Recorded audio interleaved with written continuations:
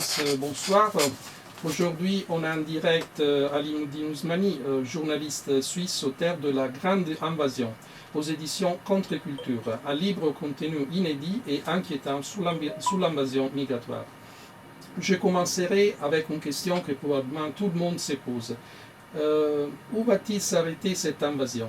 C'est-à-dire, quel est selon vous le plan de l'invasion migratoire? Par exemple, c'est de vider des continents entiers en Europe, de rendre les Européens une minorité. Quel est le plan final de cette invasion? Alors bonjour Massimo, merci de me recevoir. Il y a effectivement une volonté de submerger l'Europe vieillissante avec des populations provenant d'Afrique et d'Asie qui possèdent une natalité beaucoup plus dynamique que chez nous.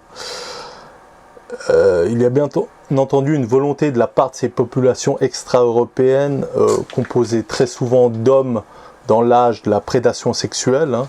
Il n'y a qu'à voir ce qui se passe en Allemagne où il y a beaucoup d'agressions de la part de requérants d'asile qui viennent d'Afghanistan ou bien de sociétés beaucoup plus conservatrices que les nôtres. Donc il y a une volonté de venir en Europe, mais je dirais que leurs motivations sont très diverses, elles sont individuelles, elles ne sont pas organisées. On ne peut pas vraiment les blâmer pour ça parce que finalement ils saisissent des opportunités qui leur sont offertes.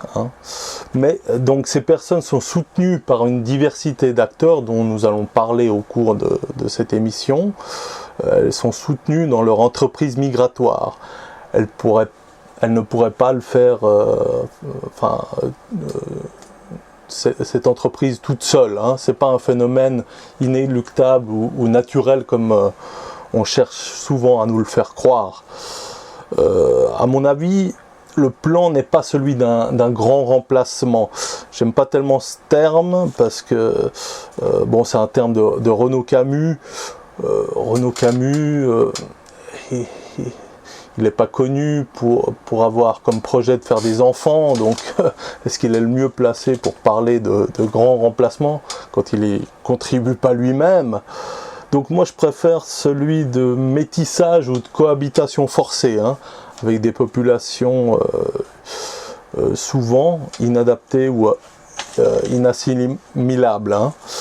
Donc ça c'est un peu le projet. Donc ce plan il se déroule de façon accélérée depuis quelques décennies. En France on peut retenir la mise en place du regroupement familial, donc dans les années 70, mise en place sous Giscard et Chirac. De manière générale, ce plan a beaucoup plus de succès dans les pays d'Europe occidentale que dans les anciens pays communistes. Si vous allez dans les rues de Paris, Bruxelles, Londres, vous constatez quand même qu'il y a une population extra-européenne très importante dans les rues, c'est assez flagrant. Tandis que si vous allez à Prague, Varsovie ou Budapest, vous ne voyez pratiquement pas de population extra-européenne. Je parle en connaissance de cause parce que moi j'ai des origines diverses. Je suis né en Suisse, mais je suis moitié pakistanais, moitié tchèque. Et je connais bien la République tchèque, donc j'ai une attache ethnoculturelle avec ce pays. Et Prague est la ville la plus cosmopolite, mais franchement, vous vous baladez partout et puis vous voyez pratiquement pas d'extra-européens. C'est très, très frappant en fait. Alors que c'est la ville la plus cosmopolite de République tchèque. Il y a un véritable changement de population dans les pays d'Europe occidentale. Donc ce plan il fait quand même face à des résistances, surtout dans les pays qui connaissent une faible immigration et qui sont conscients des expériences de ghettoisation chez leurs voisins. Donc si vous allez à Bruxelles, vous constatez qu'il y a beaucoup de femmes voilées dans les rues. Pourtant, moi, je suis issu de culture musulmane, mais j'étais allé en 2007 à Bruxelles et je voyais des femmes voilées partout dans la rue, puis ça m'a quand même interpellé. Je me suis dit pourquoi, en fait.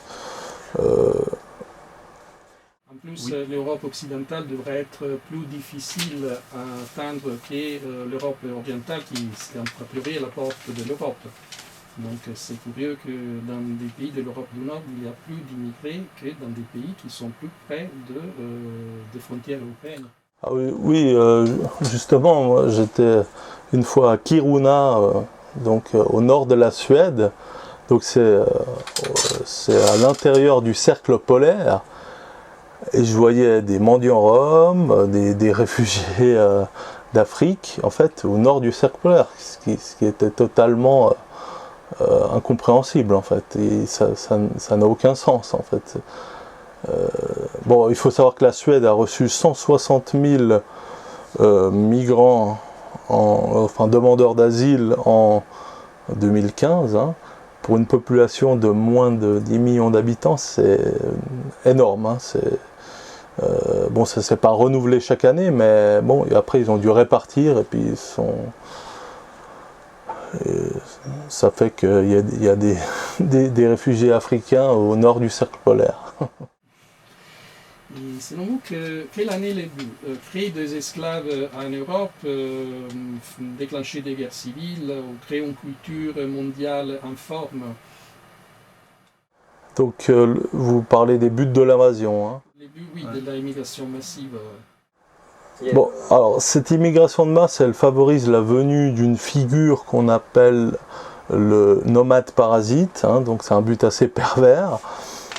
Parce qu'on ne peut pas mettre tous les immigrés dans le même sac. Ils ont des motivations très diverses. Il y en a qui s'intègrent bien et puis qui travaillent, mais il y en a d'autres qui viennent dans une démarche de pur parasitisme. Alors justement, on favorise cette venue du nomade parasite et ça a pour fonction de détourner la colère du peuple, car celui-ci, il est agacé par la délinquance de proximité, la délinquance qui le touche, c'est-à-dire la petite délinquance.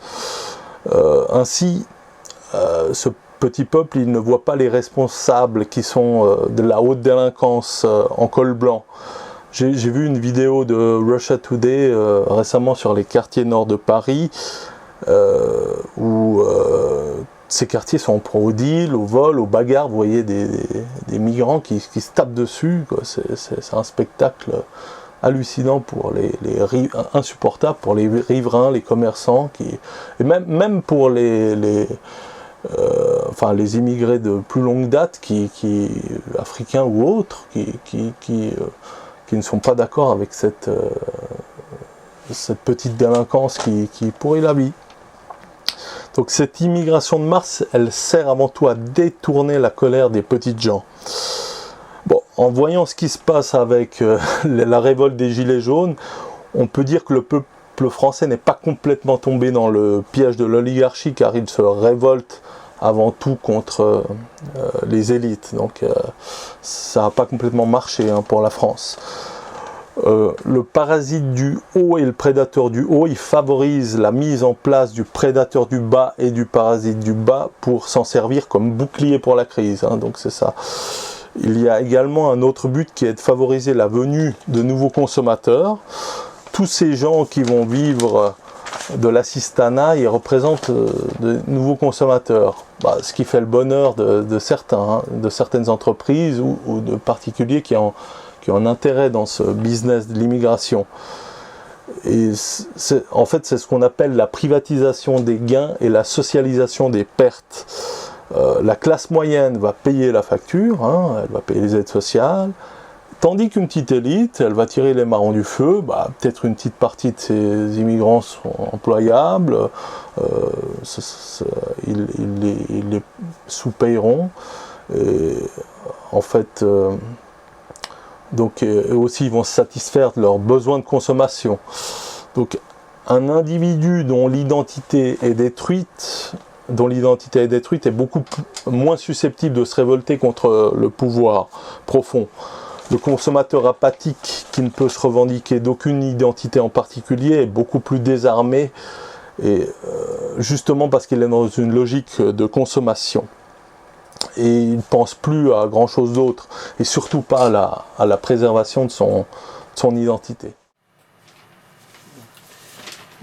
Selon vous, est-ce qu'ils seront créés des enclaves en Europe au fil de... Alors, il y a déjà des ghettos en fait. Si vous allez à Malmö en Suède, à Bruxelles, même à Paris, en fait, il y a déjà des sociétés parallèles hein, qui sont mises en place dans des grandes villes d'Europe occidentale. Alors évidemment, les migrants, ils n'aiment pas trop aller dans des petits villages parce qu'ils ne peuvent pas se retrouver voilà, avec leurs semblables.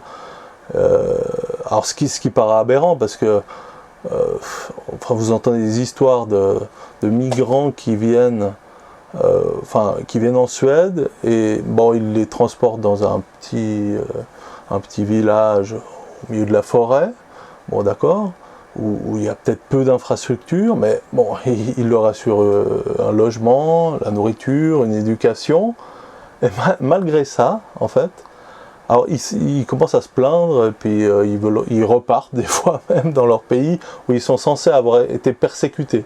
Donc là, on a vraiment affaire un peu à une escroquerie, en fait. Il y a un total dévoiement du droit d'asile, en fait.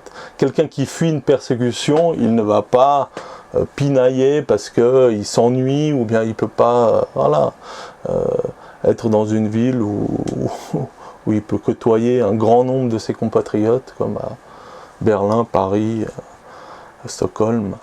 Qui sont les acteurs de cette immigration massive? On parle des ONG, de Merkel. Ouais. Alors les 2 premiers chapitres de mon livre, ils sont consacrés à George Soros et à Angela Merkel. Donc j'ai pris la peine de traduire des interviews de ces 2 personnages clés qui ont favorisé l'immigration massive pour montrer à quel point ils sont étrangers aux préoccupations des petites gens hein, ou de leurs électeurs. Soros, c'est vraiment le personnage qui a investi une partie de sa fortune pour favoriser la venue massive d'immigrants en Europe. Donc dans ses interviews, il ne cache même pas son idéologie, il reproche aux Européens de ne pas accueillir assez de migrants, et ouais, il consacre ses milliards à la venue de migrants. Je crois que j'ai même lu un article où le gouvernement hongrois dénonçait le fait que l'Union européenne fournissait des cartes de crédit anonymes aux migrants. Alors c'est totalement illégal. Normalement, un citoyen européen, il doit il peut pas avoir une carte anonyme. Donc il y a une sorte d'exception. On se demande pourquoi. En fait, le gouvernement hongrois, qui est un peu le modèle d'insoumission qu'on a tous en tête, il dénonce un peu cette escroquerie. Il pense que c'est pour favoriser l'immigration massive en Europe. Hein. Donc il y a des ONG pro-immigration qui ont reçu un financement de près ou de loin de la part de l'Open Society Foundation de George Soros. Alors, dans mon livre, je parle de Global Detention Project, qui parle de la détention de migrants et qui dénonce la détention de migrants. Pourtant ces migrants sont illégaux, ils sont détenus en vue d'être déportés, et cette ONG elle dénonce ça, hein, d'accord. Il y a Amnesty International qui est très impliqué aussi. Donc Merkel, elle a joué un rôle décisif dans la venue de migrants en 2015, alors qu'il aurait fallu envoyer un signal fort pour stopper cet afflux. Elle a encouragé à plusieurs reprises les migrants à venir en Europe. Vous vous souvenez tous probablement de ces discours où elle disait « Wir schaffen das », nous y arriverons. Donc, et ensuite, elle a cherché à imposer les quotas aux pays un peu récalcitrants, hein, notamment les pays d'Europe centrale. Donc c'est comme si vous étiez victime d'une inondation dans votre appartement, et après, au lieu de chercher à résorber l'inondation, vous cherchez à répartir l'eau dans tout l'immeuble. C'est un peu la logique d'Angela Merkel. Donc je consacre également un chapitre aux ONG en Méditerranée. Alors la plus connue, c'est SOS Méditerranée avec l'Aquarius qui débarquaient jusqu'à il n'y a pas longtemps une énorme quantité de migrants sur les côtes italiennes. Donc maintenant la donne a un peu changé avec Matteo Salvini, hein. Donc il a empêché, il a mis un coup d'arrêt. Enfin, l'Aquarius ne peut même plus opérer, mais attends, il y a d'autres ONG allemandes qui essayent, à travers Malte, l'Italie ou même l'Espagne, hein, avec Pedro Sanchez qui était assez ouvert, mais maintenant c'est vrai qu'il doit faire face à Vox, qui est un parti nationaliste espagnol qui a justement gagné beaucoup de voix grâce ou à cause de Sanchez, hein. En France, je pense à plusieurs personnalités promues par les médias. BHL, Bernard-Henri Lévy, Raphaël Glucksmann, Bernard Kouchner, Jacques Attali. Les gens comme BHL, ils cherchent à islamiser l'Europe tout en faisant en sorte que les Européens détestent les musulmans. Donc ils favorisent à la fois leur implantation et à la fois leur détestation. Ils s'en servent un peu comme ferment du chaos. C'est pour ça qu'il faut refuser ce piège tendu par les manipulateurs. Et puis, quand on parle d'islamisation, il faut aussi voir qui se cache un peu derrière ce plan. Quelle solution serait envisageable? On a parlé de rémigration, de soutien, d'accords de partenariat économique avec les pays de provenance. Et nous, on se concentre vraiment sur ce qui se passe en Europe occidentale. Et la question de la gestion des flux migratoires et de l'immigration, c'est une question politique, hein. On aurait tout à fait les moyens de régler la question s'il y avait une volonté politique en haut lieu, hein. On a bien eu les moyens de faire tomber Kadhafi ou Saddam Hussein, hein. Faut se demander pourquoi l'oligarchie mondialiste veut exister par le chaos à ce point-là, hein. Pourquoi elle cherche à détruire les peuples et les nations et à les métisser de force. Alors l'oligarchie, elle cherche à horizontaliser les haines et les violences parce qu'elle a bien compris qu'elle pourrait se maintenir et nous imposer son système uniquement à ce prix-là, hein. Elle cherche à augmenter la présence de parasites du bas pour cacher le parasitisme du haut. C'est l'espèce d'union sacrée des nomades parasites contre les producteurs sédentaires. Tant que nous n'aurons pas mis hors d'état de nuire les prédateurs parasites nomades du haut, tant qu'ils ne seront pas écartés du pouvoir politique, il ne sera pas possible de régler la question des prédateurs nomades du sous-prolétariat. Donc l'arrêt de l'immigration et la remigration ne peuvent s'effectuer qu'à cette condition-là. Effectivement, il faut une volonté politique, même au niveau européen, unitaire, c'est-à-dire que tous les pays européens coopèrent. Et aussi probablement des accords de partenariat, des accords internationaux avec les pays de provenance. D'ailleurs, il y a dans les pays de destination un soutien considérable des États, par exemple en France, mais pas seulement. Peuvent les migrants survivre en Europe sans les aides des États, c'est-à-dire les logements, les enfants, l'école, la santé gratuite, etc. Alors évidemment que leur présence, elle n'est possible qu'à l'aide des systèmes sociaux en Europe, hein. Les migrants ne cherchent pas à demander l'asile dans les pays d'Europe centrale ou des Balkans, parce que l'aide sociale, elle y est beaucoup moins généreuse qu'en Europe occidentale. Pourtant, ils y seraient en sécurité, hein. Je veux dire, il n'y a pas la guerre en Europe. Mais c'est un peu l'asile à la carte, hein. Je veux dire, je vais aller dans l'État qui offre la meilleure... Bon, on le voit, il y a un chapitre sur les Érythréens. Tous les Érythréens ne sont pas des gens qui cherchent l'aide sociale, mais un certain nombre de jeunes ont entendu parler de la Suisse, de la Suède, de l'Allemagne qui donnaient des prestations sociales généreuses, donc il n'y a pas besoin de travailler. Alors ils se disent, ils se sont passés le mot, donc ils se disent on peut aller là-bas il y a même des cas où il y a des Érythréens qui reviennent en Érythrée pour chercher une épouse, hein. Donc dans le pays qui est censé les avoir persécutés, c'est assez dérangeant. Donc la dictature communiste, hein, donc après la Deuxième Guerre mondiale jusqu'en 89, paradoxalement, elle a contribué à préserver l'homogénéité ethnoculturelle dans ces pays, hein. Comme j'avais dit avant, vous allez à Prague, Varsovie, Budapest, Bratislava, vous avez des sociétés homogènes, alors que à Paris, Londres, Stockholm ou Bruxelles, c'est très très mélangé.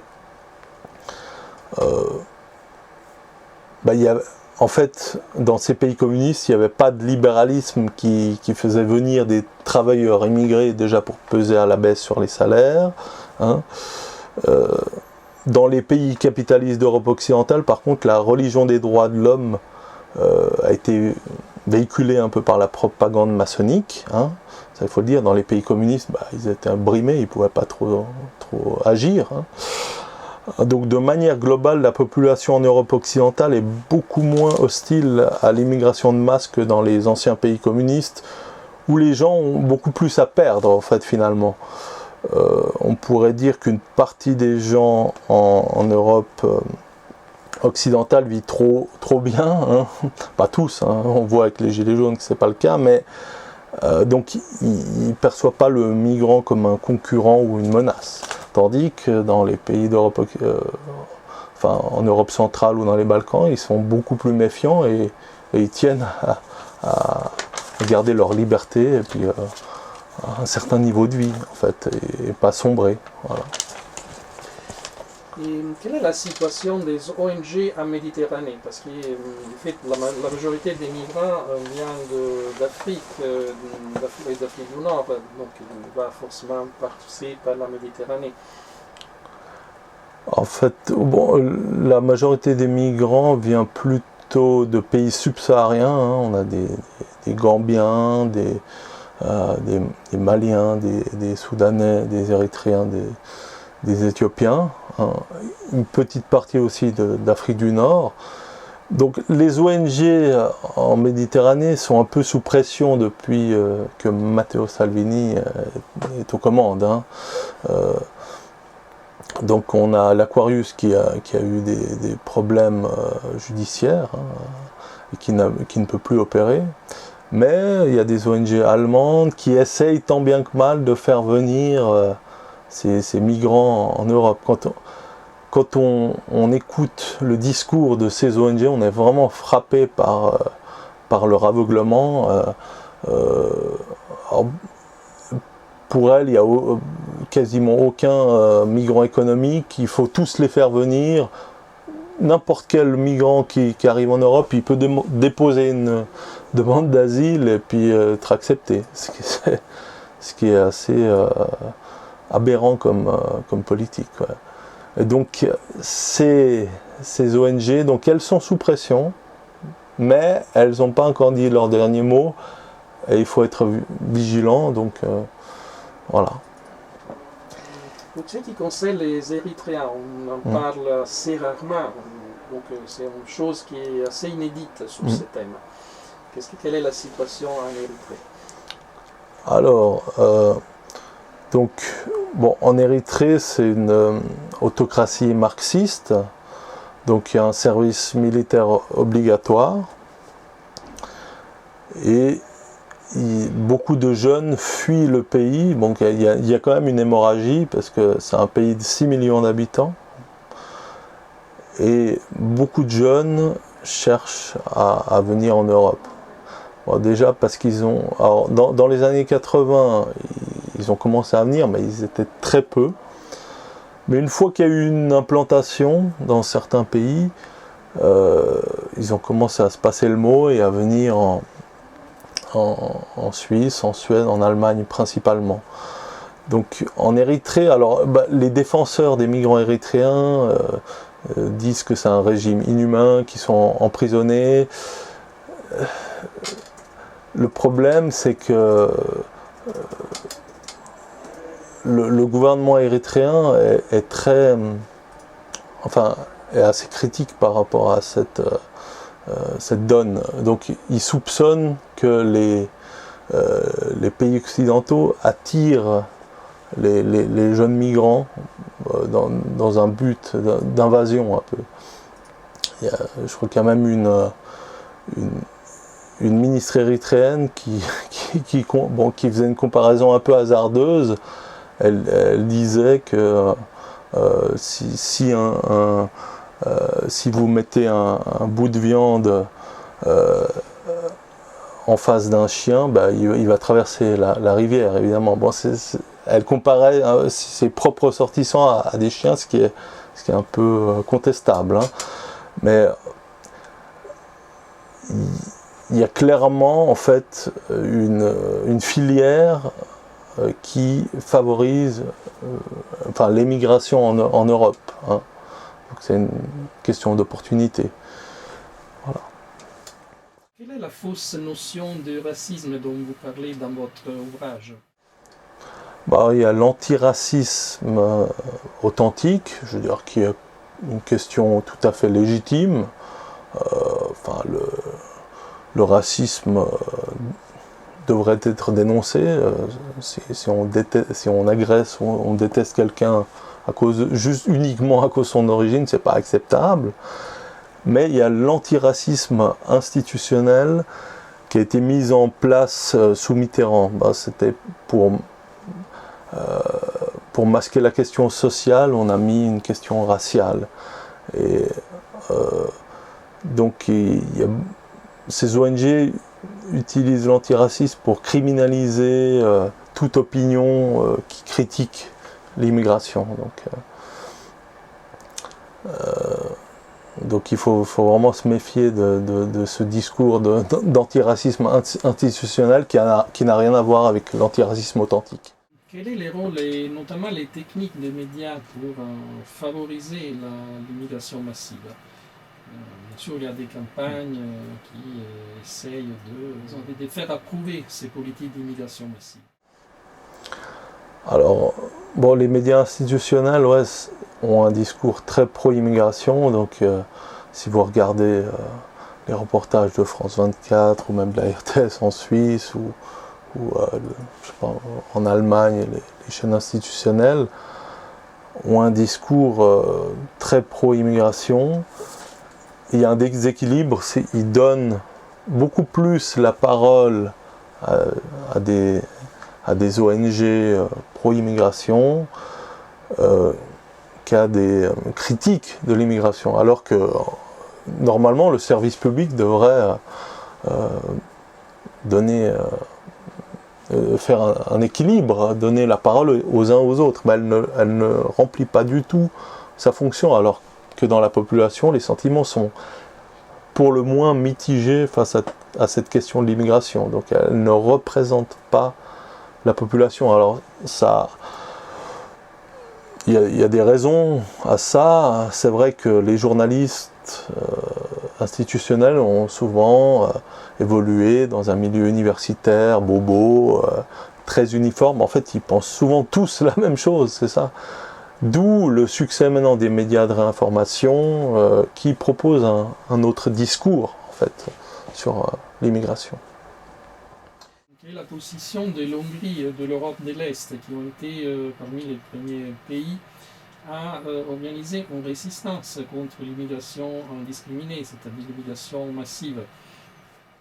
Alors la Hongrie, c'est un peu la figure de proue contre l'immigration, donc elle a érigé une barrière physique.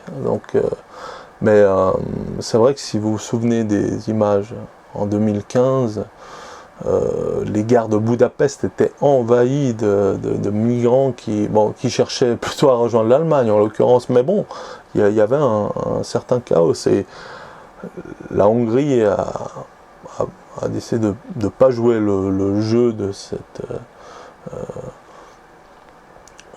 immigration qui est sponsorisée par Soros, Et elle a décidé de prendre les choses en main et puis de mettre une barrière physique. Hein. Donc, donc le groupe de Visegrad, la Pologne, la République tchèque, la Slovaquie et la Hongrie ont mis de côté leurs différences parce que la Slovaquie et la Hongrie à cause de vieilles histoires, le traité de Trianon, il y a des populations hongroises qui vivent sur territoire slovaque, qui revendiquent leur appartenance à la Hongrie,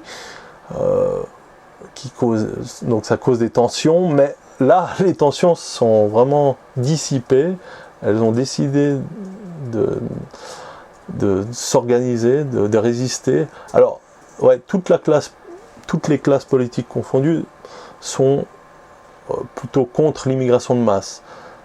Si vous regardez les communistes tchèques, ils ont un discours très anti-immigration. Alors que la gauche européenne est pro-immigration. Il n'y a rien à voir entre Besançon et puis le Parti communiste tchèque. Hein. Mais il ne faut pas oublier que dans les années 80, Georges Marchais avait un discours anti-immigration. Parce qu'en fait, finalement, ces partis ne veulent pas se détacher du peuple. Ils n'ont pas encore trahi leur électorat, comme c'est le cas en Europe occidentale, en France en particulier. Donc le Parti communiste français, ou bien... Alors, Mélenchon arrive à se maintenir un petit peu, mais parce qu'il a un peu renouvelé son discours. Mais voilà, il n'est pas encore à un niveau si élevé que ça, en fait. Et on voit l'efficacité de coordonner les politiques de plusieurs pays. Donc, quand il y a des politiques coordonnées, l'immigration est réglée. Ce qui est fait d'ailleurs à la Bercère au niveau du pacte mondial sur l'immigration, qui voudrait imposer des politiques coordonnées favorables à l'immigration massive. Quel est le point sur ce pacte mondial et les possibles conséquences sur l'Europe occidentale et l'Europe orientale? Alors sur le papier, en fait, ce pacte mondial sur l'immigration prétend lutter contre l'immigration clandestine. Mais si on le regarde de près, on voit bien qu'il a envie de recadrer le discours sur la migration. Donc il propose vraiment d'avoir une réflexion destinée aux médias qui devrait avoir, selon ce pacte, un regard différent sur l'immigration. Alors malgré le fait que l'immigration, les médias occidentaux institutionnels sont très largement favorables à l'immigration, il faut croire qu'ils ne le sont pas assez. Et ce pacte mondial sur l'immigration, il s'adresse aussi aux médias de réinformation qui seraient qui n'ont pas adopté l'idéologie dominante à ce sujet. Il y a aussi une question d'un utilisateur, comment lutter, c'est un peu polémique, comment lutter contre la grande invasion tout en gardant les dom-toms? Ne sont-ils pas contradictoires avec l'unité anthropologique nationale? Ah non, écoutez, les dom-toms font partie de la France. Hein, on ne peut pas renier la Martinique, la Guadeloupe, comme ça. Et même souvent, les gens des dom-toms sont contre l'immigration massive. Je crois que même des partis nationalistes à Mayotte avaient quand même été assez populaires. Donc eux-mêmes, c'est une escroquerie un peu droit de l'homiste de faire croire que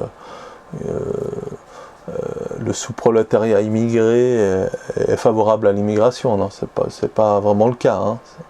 Même dans les banlieues, pas seulement dans les dom-toms, mais aussi dans les banlieues, il y a des tensions certaines.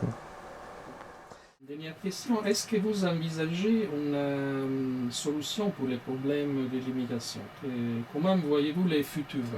C'est un futur de chaos généralisé, de conflits de culture, ou c'est un futur où il y aura une harmonie entre les cultures, une collaboration entre les cultures, et aussi une unité territoriale?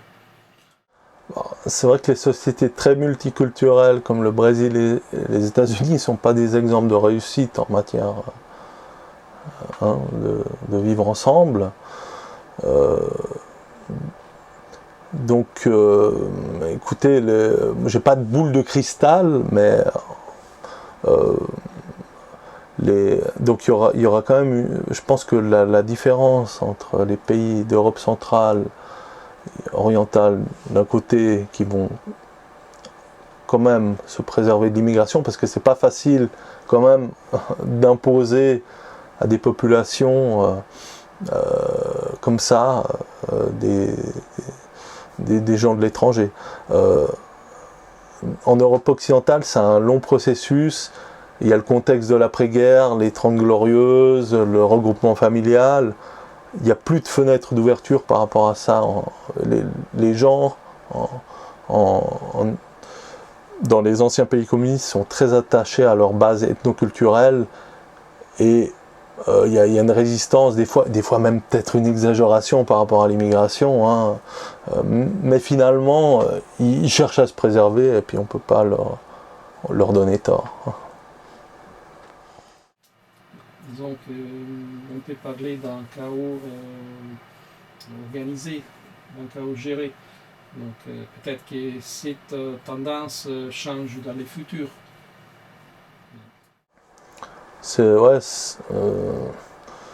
Écoutez, l'oligarchie travaille vraiment à déstabiliser.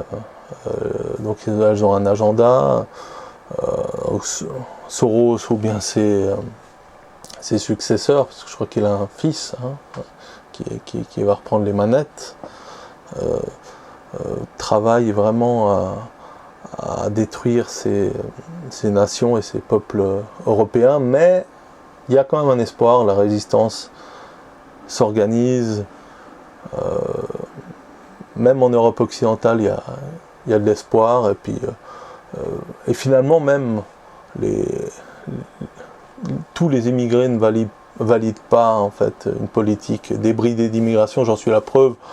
Je suis issu de cultures différentes, mais finalement, c'est pas parce personne ne choisit son lieu de naissance, mais c'est pas parce qu'on est fils d'immigré qu'on est redevable de quelque chose et puis qu'on doit valider une politique d'immigration insensée. Merci Ali Ousmani et à la prochaine. Voilà, à la prochaine.